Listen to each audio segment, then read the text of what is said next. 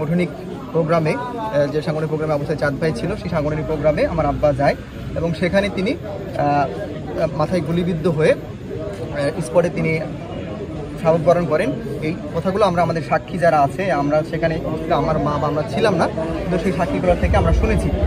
এখন আমার আম্মা বাদী হয়ে মামলা করেছে। এই মামলাটা সম্পূর্ণ সাংগঠনিকভাবে হয়েছে। আমরা যেন সংগঠনকে অসংখ্য ধন্যবাদ জানাচ্ছি। আমরা আমার বাবার হত্যার সুষ্ঠু বিচার চাই। আমরা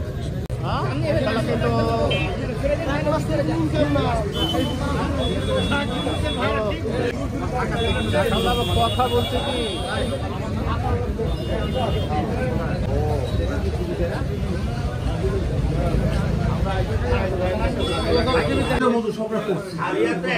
আমাকে টার্গেট করে গুলি করেছে।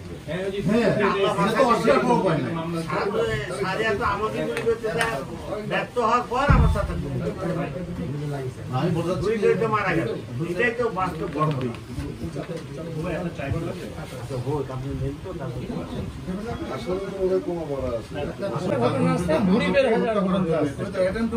কিন্তু তারপরে বলছে আবার যে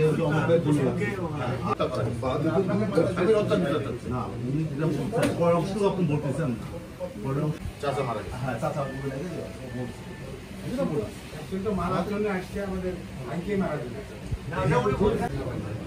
আমরা দুইটা নেন তো, তারপর যা হয় হবে, আমরা যা করে দেখব। এসব 17 বছরের যুদ্ধ তারা এর আগেও 3টা খুন করেছে।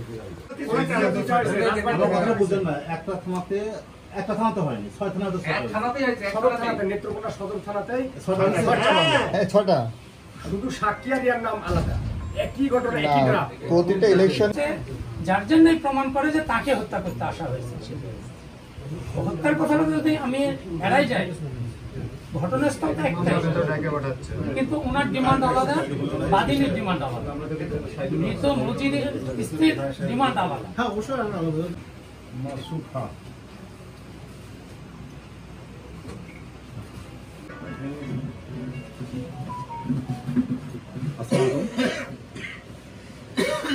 আসসালামু আলাইকুম।